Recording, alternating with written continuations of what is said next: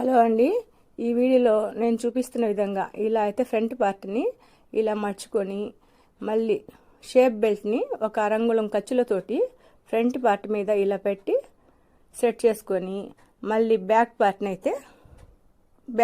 తీసుకొని front part tucks, shape belt tucks, back part tucks రెండు కలిసాయా లేదా అని గమనించుకోవాలి. గమనిస్తే ఇప్పుడు నాకైతే అరంగుళం పొడవు వచ్చింది. అరంగుళం పొడవుని షేప్ బెల్ట్ని అయితే కట్ చేయకూడదు. ఇలా ఫ్రంట్ పార్ట్ని క్రాస్గా అరంగుళంకి కట్ చేసుకోవాలి.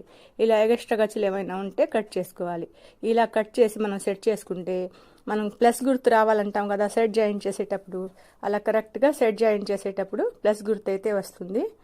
ఇలా మనం కటింగ్లోని ఏదైనా కూడా నీట్గా కట్ చేసుకోవాలి. నా వీడియో నచ్చినట్లయితే లైక్ చేయండి, షేర్ చేయండి, సబ్స్క్రైబ్ చేయండి. Thank you for watching.